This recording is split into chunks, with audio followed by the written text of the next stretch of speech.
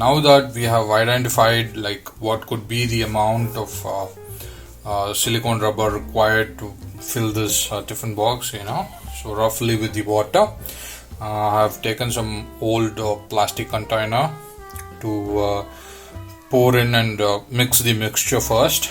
And this is one of the stirrers I have, a long spoon basically.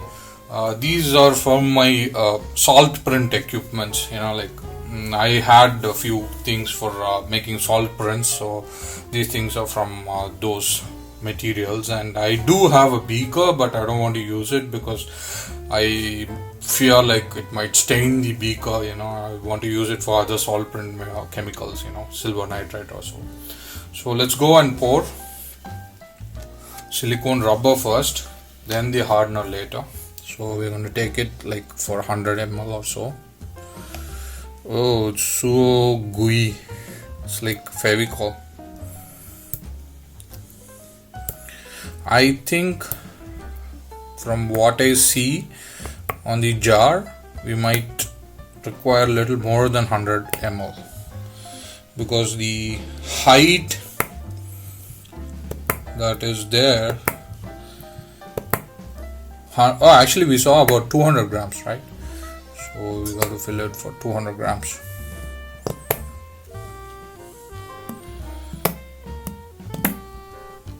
This is about 185 so far. Oops, yeah. We got about 200 grams now. But what I have here is like very little left out in the container, so I'm going to pour in everything that I've got here. So we're going to mix everything. All how much of a ml of silicone rubber, 200 ml of silicone rubber, and all 7 ml of catalyst, the hardener, into the basket. We get about 214 grams or so with this, and there is very little quantity left, and it's going to take time if I'm going to keep pouring that. So let's pour the catalyst as well. The catalyst is very transparent liquid, and it's of very less viscosity.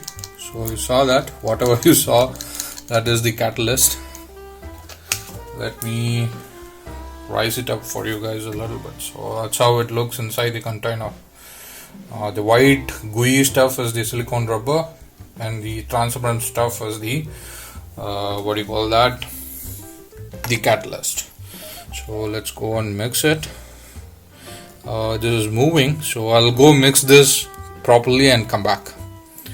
Peace. So guys, I've stirred it well. You could see the bubbles and everything. Actually, there shouldn't be any bubbles when you're pouring it, so need to be careful about that. So, and it's all stirred well and it's mixed well.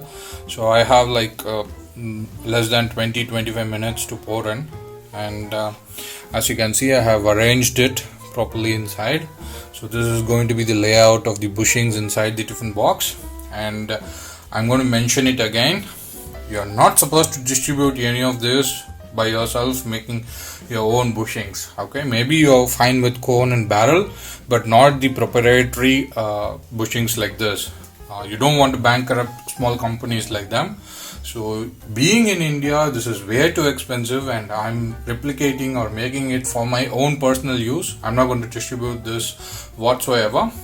I'm showing this method just to help people if you're interested in making your own bushings, for having like I have not even sourced the liquid polyurethane yet, but I am kind of trying out something which I found it interesting on the internet. So this is kind of moving the bushings, so you might want to fill the holes in the bushings as well. Make sure that you are filling the holes. That's very important. If you are not filling the hole, there is no use in making these bushings whatsoever. As we can see, we are running in short of little quantity of the silicone rubber to make up to the height of the waterborne adapter bushings here. They are a little tall. So this is all I have got with me. This is all I can do my best, you know. So it's going to be like 1 or 2 mm smaller. It doesn't make any difference in the final this thing. And this is not transparent silicone rubber filling, so I need to be very careful in spotting where all these bushings have gone, you know. So I might have to be careful about where I am kind of having those bushings inside the tiffin box. So finally, when I make a cutout, you know, after this is cured and everything, and when I make a cutout to pour in the liquid polyurethane in the future, I must be knowing like where the actual bushings are. So for which I'm gonna place some toothpicks in the center of the hole. You guys don't mind. So I think toothpick won't take much of the space in the silicone rubber stuff. So I'm gonna go pick some toothpicks and place it properly in the bushings. Okay, could see one of the bushing is jumping up. That's because like it's very small in size. Good that I came to know about where that one is. Yeah, I'm gonna go pick some toothpick and come back. So got some toothpicks with me. I'm gonna place it properly in position, just to identify where I have to make the cutout to pour in. So I might have to stick this properly inside, and one is here. Only then it will form the proper hole. This is my very first time, hope you guys don't mind if this project is going to turn out an absolute failure.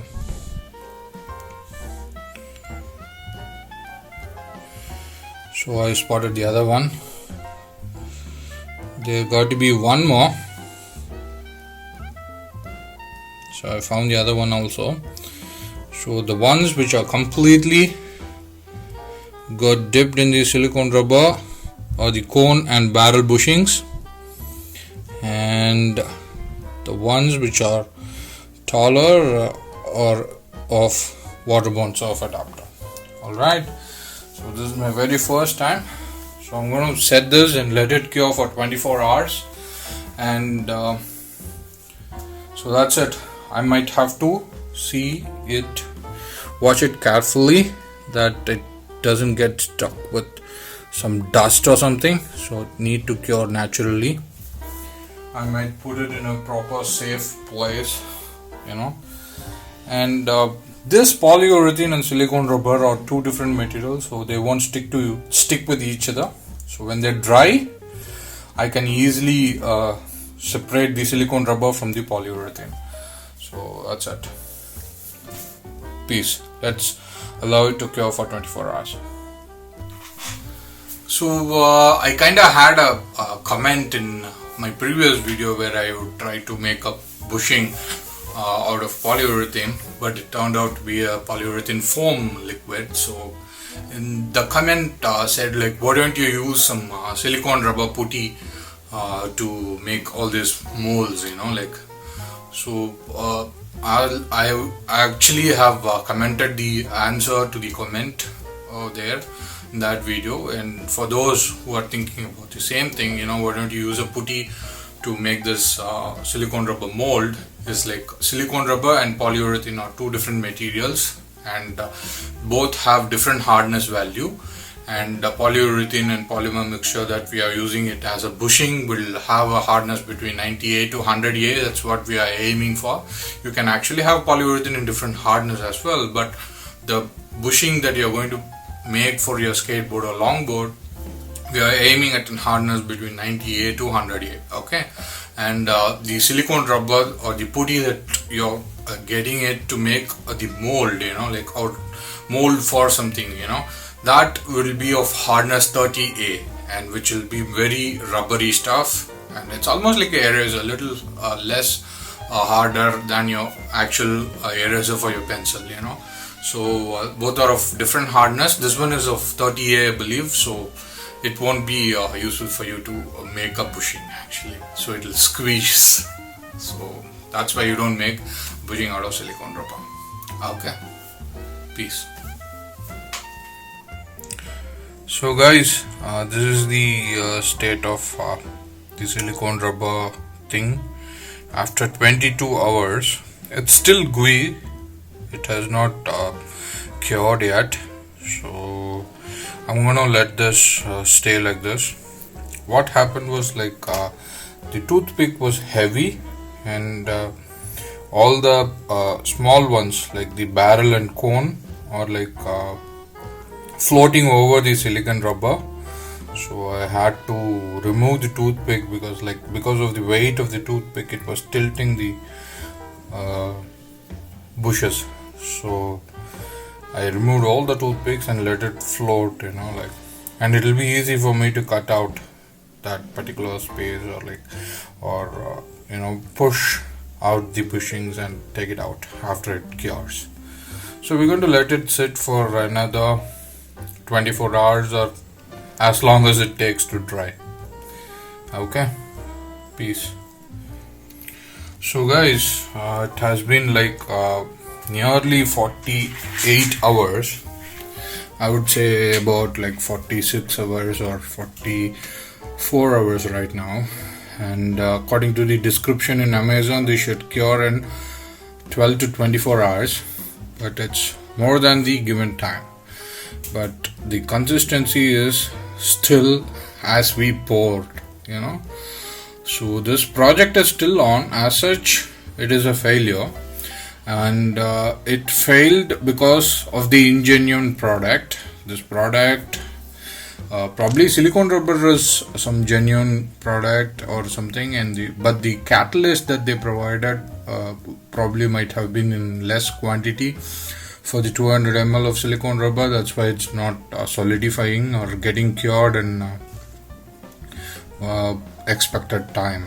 So as such, it's a failure project, but this is very much on. I might have to save like nearly $2,000 to buy a genuine silicone rubber from US, and I might have to save like almost $70 to buy liquid polyurethane. So that's actually bumping my cost.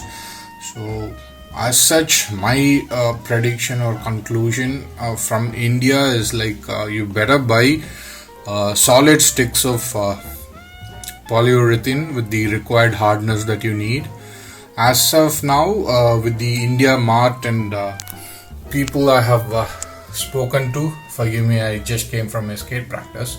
So as of now, from the people that have spoken to these sellers from India Mart, or the sources India Mart found me for, are like people who kind of sell hardness, polyurethane hardness between 90 to 95A, which is very good for skateboard bushings and everything.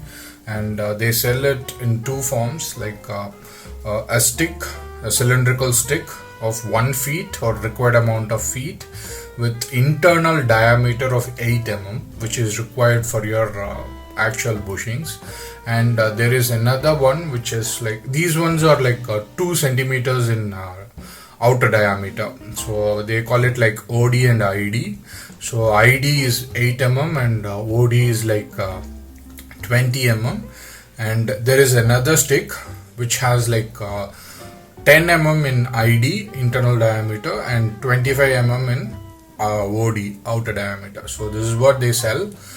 Probably I'll give him a call and buy a couple of sticks from him, and I'll let you know in future episode. So as of now, this is a failure project.